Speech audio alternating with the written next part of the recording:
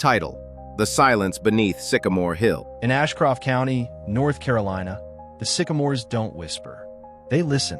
They've stood for centuries on the curve of a forgotten back road called State Route 12B, just outside the township of Ashcroft. They stretch crooked arms toward the sky, their white bark scarred by age and storm. They've watched farmers bury livestock in dry summers, lovers carve initials into peeling trunks, and in one chilling stretch of time, 12 years, 8 months, and 11 days, they bore silent witness as a serial killer turned their roots into graves. Between 1991 and 2003, 8 women disappeared in or near Ashcroft. Their bodies were later found buried beneath sycamore trees, spaced deliberately along a 6-mile stretch known locally and ominously as Sycamore Hill. Each woman had been mutilated in a precise, surgical fashion. Each had her vocal cords removed. The FBI later dubbed the perpetrator the Surgeon of Sycamore Hill. But in Ashcroft, the killer was known by another name, passed between townsfolk in hushed conversations and back porch warnings: the Silencer. It would take a decade of missteps, denials, and buried trauma before the truth began to surface, and it all started with the disappearance of a woman named Belinda Cross. Belinda Cross was a waitress at the Blue Lantern Diner, a dusty stop on Route 12B that sold biscuits and black coffee for $2.49. She was 26 years old, had long auburn hair, and could mimic any accent from Savannah to Seattle. Her regulars said she had a laugh that could heal a man's Monday. On March 7th, 1991, she clocked out at 11:06 p.m. and vanished into the night. The police weren't alarmed at first. A deputy visited her apartment above the gas station and found her cat hungry, but unharmed. Her car was parked out front. Her purse and keys were gone. No sign of forced entry. No blood.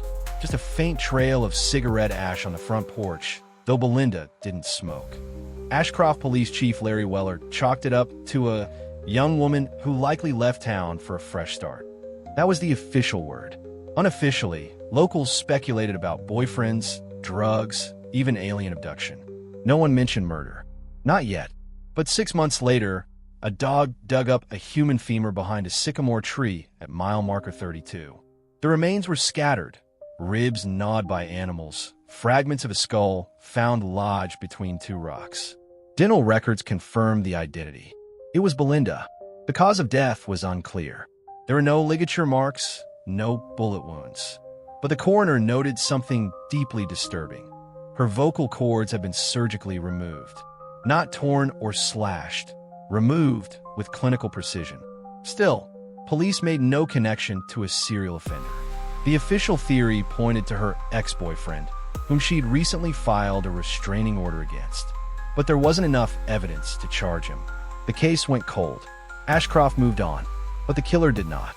Between 1991 and 1998, 5 more women vanished. None of them were connected. Not by family, not by occupation, not by any social ties. But there were patterns, quiet ones. Each woman lived alone. Each had a public-facing role.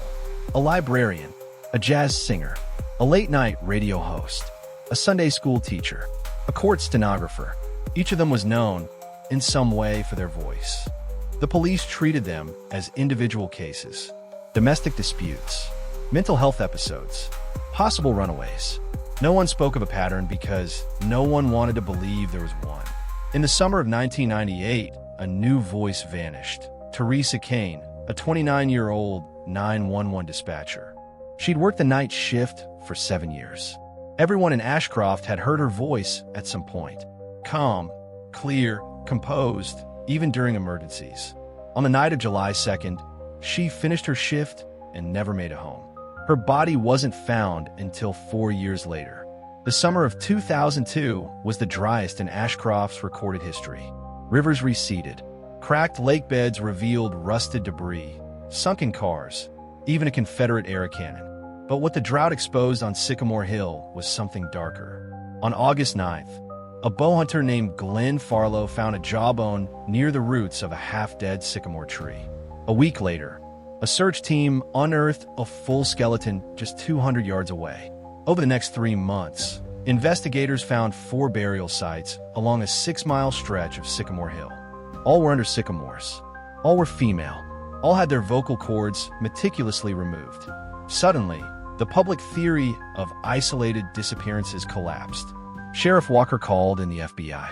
Special Agent Mara Ellison wasn't what Ashcroft expected. At 38, she was soft-spoken with sharp eyes, a clinical mind, and a reputation for being unervingly patient. She had joined the Bureau's Behavioral Analysis Unit after working homicide in Atlanta, where she tracked down a killer who posed as victims in front of televisions playing static. She had a gift for patterns, and Ashcroft was full of them. The placement of the bodies, the similar demographics, the identical mutilations. Ellison quickly concluded they were looking at a single killer. Likely male, aged 40 to 55, educated, meticulous, comfortable in isolation. Someone who knew anatomy. Someone who could suppress empathy for years at a time. But more than that, someone with a message. These aren't just killings, she told Sheriff Walker. They're a campaign. Each one silenced a woman known for her voice. This isn't random. It's ritual. Her first clue came not from the graves, but from the trees themselves. The sycamores were more than trees. They were markers. Natural tombstones. Agent Ellison spent a week walking Sycamore Hill with topo maps and satellite photos. She noticed a disturbing uniformity. The trees where the victims were buried were almost perfectly spaced, 1.3 miles apart, forming a subtle arc mirroring the old county railway line, abandoned since 1987. Why would a killer bury bodies this way? Why sycamores? Why that spacing? It wasn't just a pattern, it was a code. Agent Ellison theorized that the killer chose the sycamores deliberately, not because they were easy to dig around. Their roots were notoriously gnarled and deep, but because they were symbolic. Sycamore trees, in mythology, were often associated with silence, protection, and death. She reached out to Dr. Helen Kozak, a forensic linguist who'd helped in the Zodiac cipher reanalysis, and asked her to study the burial map. Kozak found a chilling resonance. The path of the burial sites roughly matched the curve of a human ear. It wasn't science. It wasn't admissible, but it was an insight. This killer wasn't just choosing victims based on convenience. He was telling a story. He was building a monument. Ellison began re-interviewing families of the victims. She wasn't looking for tears or closure. She was looking for overlap, a pattern the previous investigators had missed. She found her first real lead with the sister of Clara Winslow, a Sunday school teacher who vanished in 1996. "We used to joke about her voice," said the sister Bethany. "Even when she whispered, she filled a room." "Did she ever complain about unwanted attention?" Ellison asked. "Just one guy, a patient at the clinic where she volunteered, an ENT doctor. He told her once that her voice reminded him of his sister's. Said it was too beautiful to be real. It creeped her out." "What was his name?" Bethany paused. Malcolm Greaves. Dr. Greaves had been hiding in plain sight. He ran the Greaves ear, nose, and throat clinic in Ashcroft, just 5 blocks from the sheriff's office. He lived in a modest farmhouse off Route 7. He served on the hospital board, donated to school music programs, sang bass in the church choir. He was respected, trusted, liked. When questioned by local police back in 1996, briefly after Clara Winslow's disappearance, he was polite, composed, and utterly cooperative. Nothing connected him directly to any victim. There was no DNA, no witnesses, not even a traffic violation on record. But Ellison didn't need hard evidence yet. She needed behavioral weight, a psychological blueprint. So she dug. Born in 1960, Greaves grew up in Ashcroft. His father, Franklin Greaves, was a well-known general surgeon at County Memorial. His mother, June, taught music at the community college. Malcolm was a gifted child. He skipped 2 grades, played violin competitively, attended Yale Medical School. But in 1974, tragedy struck the Greaves family. Malcolm's younger sister, Sarah, then 11, was abducted and murdered, her throat crushed. Her body was found 2 weeks later in a ditch near the state line. The case was never solved. Newspaper archives revealed little. One grainy photo of the girl with a bow in her hair. A quote from her mother, she had the voice of an angel. Ellison stared at that line for a long time. She realized that Sarah wasn't just Malcolm's sister. She was the template. One of the most chilling revelations came from a forgotten childhood diary. At Ellison's request, Sheriff Walker authorized a search of old donations to the Ashcroft Historical Society. The Greaves family had contributed several boxes after June Greaves passed in 1989. Inside a dusty carton marked Sarah's room, Ellison found a faded journal. It was a child's diary, innocent on the surface, but chilling in retrospect. Sarah wrote about a game she and Malcolm played after their father's late shifts. They called it the Silent House. In the game, there were secret spies. Any noise above a whisper meant discovery and punishment. If Sarah forgot the rule, she had to sit in a dark closet until she learned to control her voice. One entry, dated June 4th, 1974, just weeks before her death, stood out. Malcolm says I talk too much. He said I have to stop being noisy like the other girls. He says God wants quiet children. The line shook Ellison. This wasn't about control anymore. It was about purity, silence as a virtue, silence as penance. The game had never ended. They needed a warrant, but they didn't have enough. The bodies had been buried years earlier. The site was public land. There was no physical evidence linking Greaves to the scenes. His surgical background, while suspicious, wasn't enough for probable cause. So Ellison got creative. She arranged a sting. Working with the Bureau's Forensic Voice Identification Lab, they created a voiceprint profile of the known victims.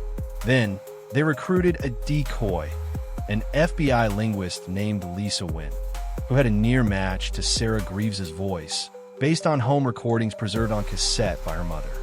Lisa, posing as a patient with chronic vocal strain, scheduled an appointment at Greaves' clinic.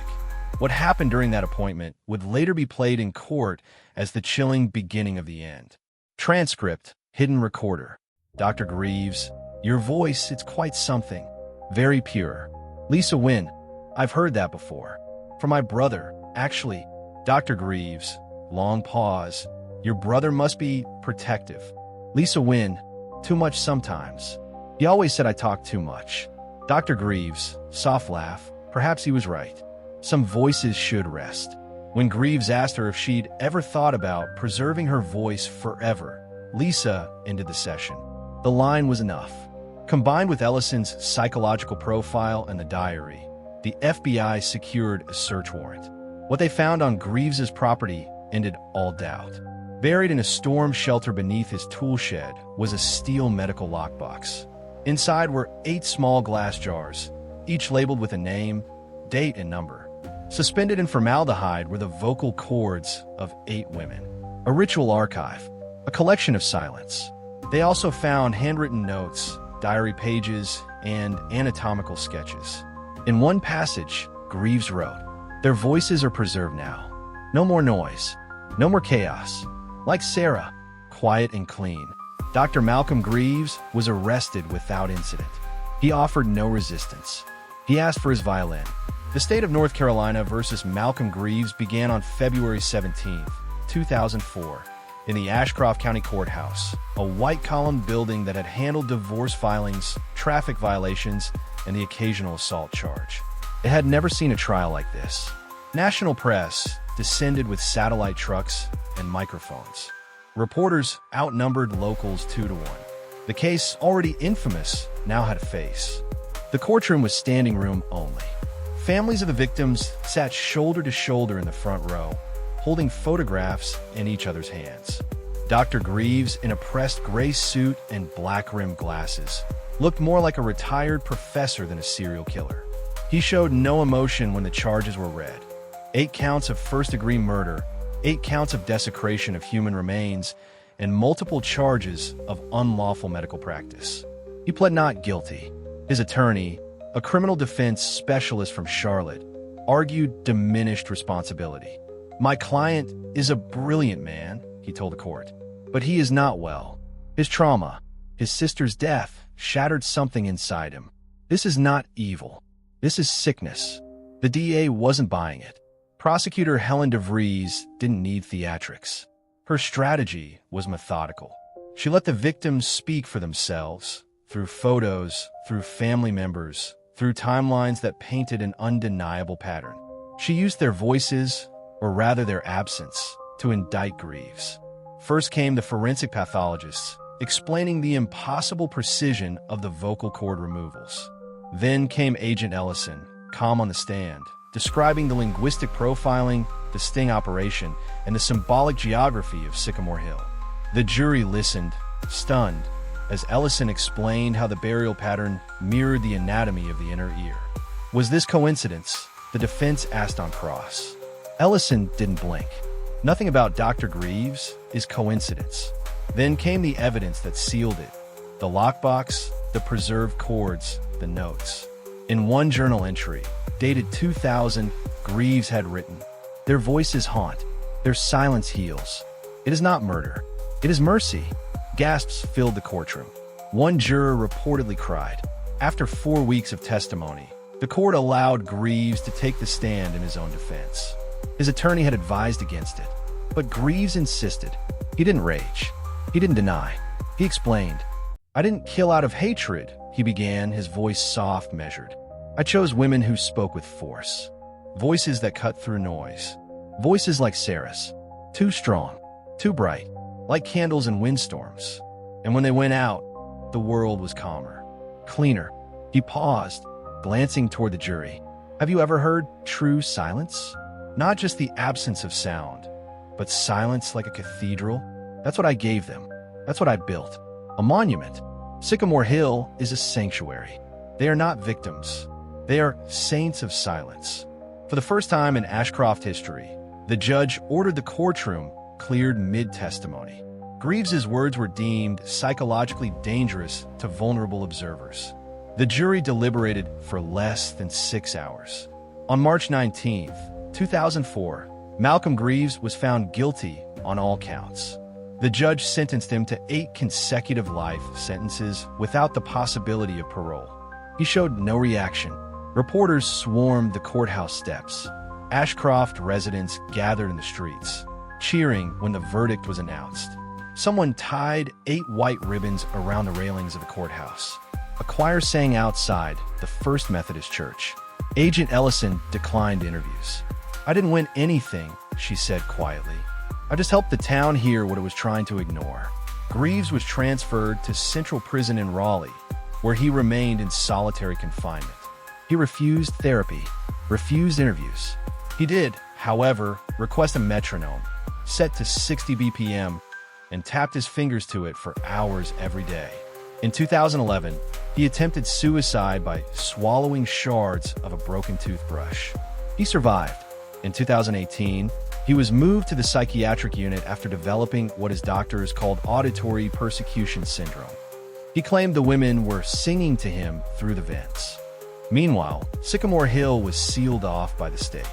A memorial trail was built, each tree marked with a plaque bearing the victim's name. At the trailhead stands a sign, in memory of those whose voices were stolen, but not lost. The town still speaks of Belinda, Clara, Teresa, and the others. Every March, a silent vigil is held. 8 candles, no speeches, just wind through the trees. Today, Ashcroft is quieter, not in a peaceful way, but in the way that towns go quiet after trauma. There's a weight in the air, a listening. Children are told never to wander Sycamore Hill after dark, not because Greaves is there, but because the trees still remember. And maybe, somewhere deep beneath the roots, the silence he worshipped still hums. Agent Mara Ellison retired in 2019 and moved to Oregon. She never took another case after Ashcroft. When asked why, she simply said, "I caught a man who murdered voices. After that, I didn't want to hear another lie." But one truth remains, carved into the trunk of a lone sycamore, half a mile past the last grave. She spoke. He feared. She's gone. We remember. In 2021, I sat in a sterile interview room at Central Prison's psychiatric wing in Raleigh, North Carolina. Across from me sat Dr. Malcolm Greaves. He looked older than his 61 years. Paler. His hair, once chestnut brown, had thinned and turned the color of surgical gauze. His voice, still smooth, still strangely melodic, was the only thing that remained untouched. He was serving 8 life sentences for the murders of 8 women. 8 women with powerful voices. We spoke through bulletproof glass. He asked me to refer to him not as Doctor or Mr., but simply as Greaves. Names are temporary, he said, resting his chin on his hands. But silence is forever. Greaves had agreed to the interview on one condition. I would not ask about remorse. Remorse implies error, he said, and I was never mistaken, only misunderstood. I asked about the lockbox, the vocal cords preserved in formaldehyde. It was preservation, he replied, a way of saving what was pure before the world could rot it. Their voices were invasive, not in volume, but in frequency. They triggered something in me, something that had to be silenced. Do you mean they reminded you of Sarah? He closed his eyes for several seconds. When he opened them, I saw something flash, something too complex to be grief or guilt. Sarah never screamed when she died. Did you know that? The police said she'd been strangled, but they never considered that maybe she let go. Maybe she was the first to understand silence. It wasn't the words that chilled me. It was the conviction behind them.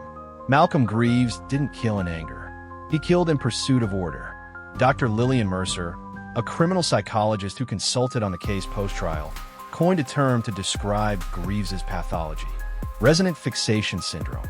According to Mercer, Greaves had developed an obsession not with voices per se, but with the resonance of female speech. The texture, the vibration, the memory it stirred in him. It wasn't what they said, Mercer explained in her book The Quiet Man. It was how they sounded. Voices that stood out in rooms, that couldn't be ignored. Greaves associated them with chaos, loss, and, most disturbingly, desire. He wasn't sexually motivated in the traditional sense. He didn't assault or torture his victims. His killings were surgical, sterile. He removed only one part, the vocal cords, the source of their power. In Mercer's words, he feared what he couldn't contain, and voices, especially feminine ones, represented the one thing he had no scalpel for: control over memory. In the years following Greaves's conviction, Ashcroft changed. The town's population shrank by 12%. Property values dropped. The local community college canceled its vocal performance program due to emotional distress. But the strangest change was in the children. A 2010 study by the University of Chapel Hill found that children under the age of 12 in Ashcroft were 28% less likely to participate in school discussions or speak in class, compared to children in neighboring towns. Teachers began reporting what they called the hush phenomenon. Children growing up in Ashcroft were quieter, more withdrawn, more hesitant to use their voices. Some said it was trauma passed through families. Others blamed the Sycamores. But not everyone was silenced. In 2023, at a memorial concert held in Ashcroft's rebuilt Civic Center, a 17-year-old girl named Ava Merrill took the stage. Her aunt, Teresa Merrill, had been one of Greaves's earliest victims. Ava stood beneath the rafters of a hall once used to process disaster relief and sang "Ain't No Grave" a cappella. Her voice, raw, defiant, strong, filled the room. And for the first time in decades, Ashcroft applauded without fear. Afterward, she was asked why she chose that song. "Because he wanted us quiet," she said. "And I think we've been quiet long enough." Malcolm Greaves died on April 1st, 2025. He was found slumped against the padded wall of his psychiatric cell, hands folded, eyes open. Cause of death was cardiac arrest. On the wall behind him, in faded brown ink, likely blood, were 4 words: "The echo still lives." His body was cremated. No one claimed the remains. His ashes were stored in a sealed canister at the state facility. It was labeled simply, John Doe 425 G. But in the days following his death, something strange occurred. 4 of the 8 families reported receiving anonymous packages, small, white boxes. Inside each, a cassette tape, unmarked, no return address. Each tape contained one thing: a recording of the victims speaking. One was a voicemail, one was a sermon, one, chillingly, was an audition tape, and one was simply the sound of laughter. The voices were real. confirmed by forensic audio analysts. Somehow, Greaves had obtained them and saved them for years. For what purpose? We may never know. Today, the trail at Sycamore Hill is overgrown again. Vandals once tried to cut down one of the trees, but the townsfolk intervened. They repaired the sign, repainted the benches. Liconde. Every year, on March 19th, the date of Greaves's conviction, Ashcroft holds the Festival of Voices. Not a vigil, not a funeral, but a celebration. Choirs perform. Children recite poetry. Women speak their minds through bullhorns on the town green. Ashcroft, once defined by silence, now fights to be heard. Because in the end, it wasn't just Greaves's crimes that shook the town. It was the idea that one man could steal power by silencing presence. But he didn't win. The sycamores still stand. And now, they listen. And above them, always the wind sings. The end.